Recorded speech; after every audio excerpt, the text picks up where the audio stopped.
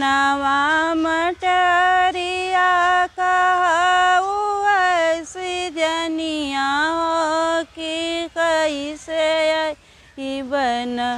देवी तो हरे मंदिलवा हो कि कैसे बन चैत नवरात्र में लागले बजरिया सेवका तब अइहन हम के लेके चुनरिया हो तब अइहन हम के लेके चुनरिया हो तब अइहन चनवा मटरिया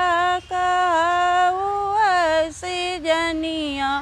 हो कि कैसे अइबन मैया तो हरे मंदिलवा हो कि कैसे अइबन चैत नवरात्र में लागले बजरिया हो कि तब अइहन सेवका टिकवा लेके हो तब अइहन सेवका टिकवा लेके हो तब अइहन चनवा मटरिया कहू ऐसी जनिया हो कि कैसे अइबन मैया तो हरे मंदिलवा हो कि कैसे अइबन चैत नवरात्र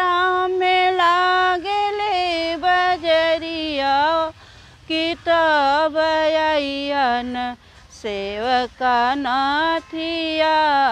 लेके हो तब अइहन सेवका नथिया ले हो तब अइहन।